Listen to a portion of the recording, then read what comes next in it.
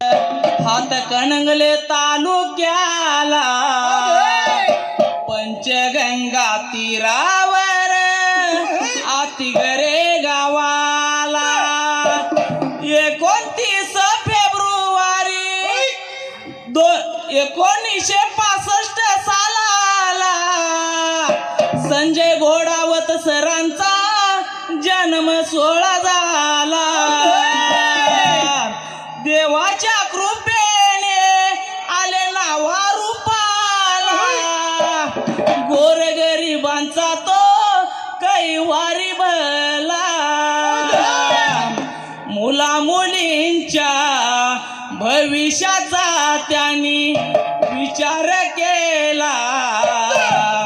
सन 2010 सालाला Sanjay Ghodawat international स्कूलची स्थापना त्यांनी केली।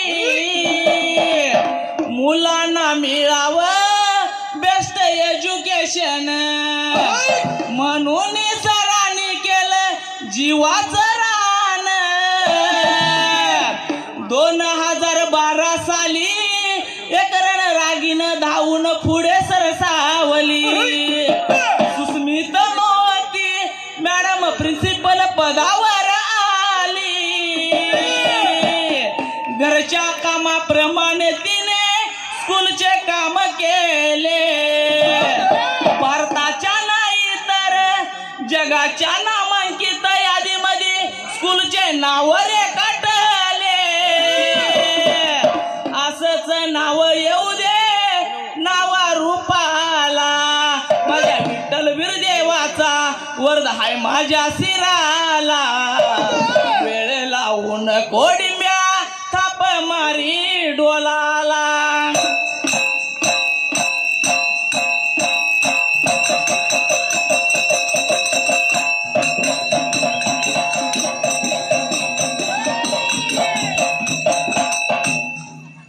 सुंबरान मांडले या बघा मांडले सुंबरान कुणाला या बघा कुणाला।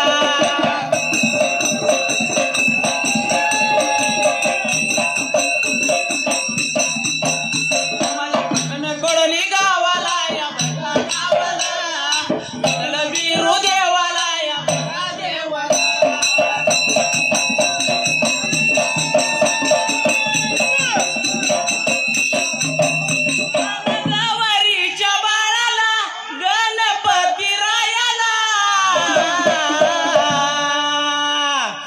वंदन मी करून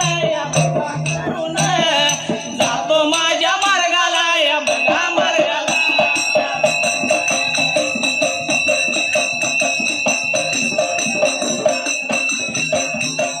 समाजोपर बदल करण्याला या बघा करण्याला आतिगरे गावाला या बघा गावाला।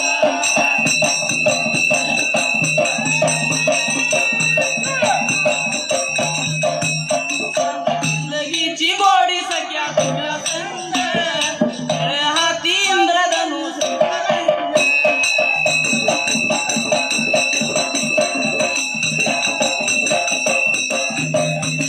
भारतात भाग्यवान देश कोणता? अरे देश महाराष्ट्र पुण्यशील देश महाराष्ट्र पुण्यशील भारत।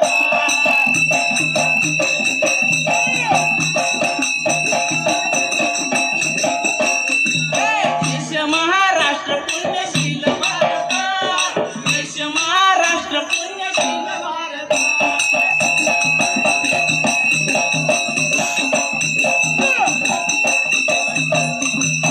रामा आपण एकदा संजय घोडावत ग्रुप वरती कॉलेज या स्कूल वरती आपण समाज प्रबोधन करण्यासाठी आलेला आहे। तर प्रथमतः आपण त्या संजय घोडावत ग्रुपच्या वतीने आपण विठ्ठल गुरुदेव ओविकाराम मंडळातर्फे हार्दिक हार्दिक हार्दिक अभिनंदन। आणि आज आपण एक 4 ओळी धनगरी ओवी कलेच्या माध्यमातून सादर करायचे आहे। ते कशा रीतीने करायचे आहेत? कशा रीतीने 2004 साली भारत सरकारने लेख वाचवा अभियान यावर कार्यक्रम काढला आणि लोकसंख्येची आकडेवारी पाहता 100% मुलांचं प्रमाण आणि 40% मुलींचं प्रमाण हे तफावत काढता हे भारत सरकारच्या शासनाच्या लक्षात आलं की बाबा रे कुठेतरी मुलींची हत्या होत चाललेली आहे, हे थांबवलं पाहिजे. म्हणून भारत सरकारनं राज्य स्तरावर, जिल्हा स्तरावर, तालुका स्तरावर लेख वाचवा अभियान राबवलं आणि असा एक कायदा काढला की लिंगभेद चाचणी करणारे एक मोठा असा कायदा काढला.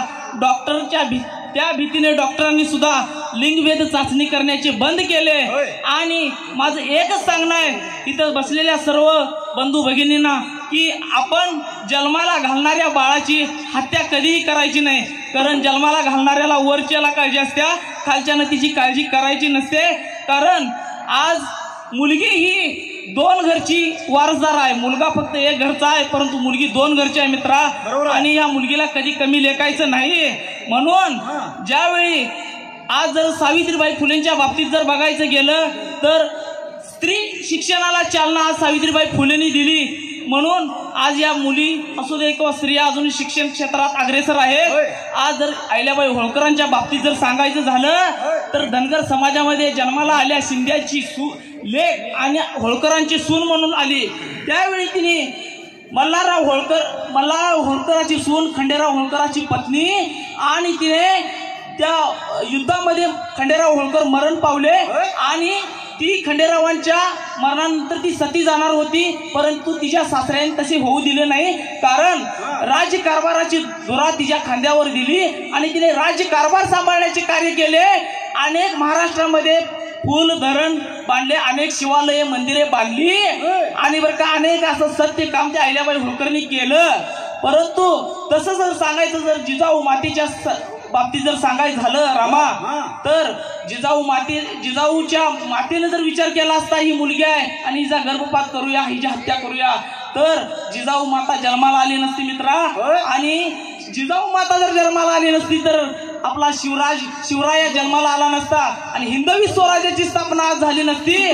म्हणून जाता जाता एक सांगणं आहे माझं इथं बसलेल्या सर्व बंधू भगिनींना की बाबा रे, येणाऱ्या प्रत्येक मुलीला जन्म द्या आणि समजा एवढं करून जर गर्भलिंग भेद जर चाचणी करायला कोण गेलाच तर ती गर्भात असणार बाळ काय म्हणते माहितीये काय म्हणते मामा, उमलण्या आधी तोडून